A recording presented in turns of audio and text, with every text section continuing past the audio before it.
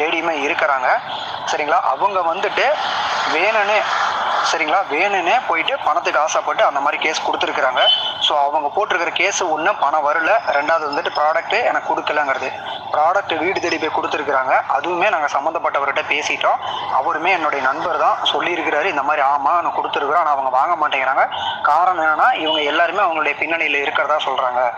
இப்போ என்ன நடக்கும்னா, இவங்க ஹியரிங்கே வேணும்னே தள்ளி தள்ளி போட்டுகிட்டே போனாங்கன்னா நம்ம எல்லாருமே என்ன ஆகும், டென்ஷன் ஆகும்னா நம்ம எக்ஸ்ட்ராவாக கேஸ் கொடுப்போம். கேஸ் கொடுத்தா கம்பல்சரி எம்டி சார் அவர்கள் உள்ளே தான் போவாங்க. அப்படி ஏதாவது நடந்ததுன்னா கண்டிப்பாக நமக்கு பேமெண்ட் வராது.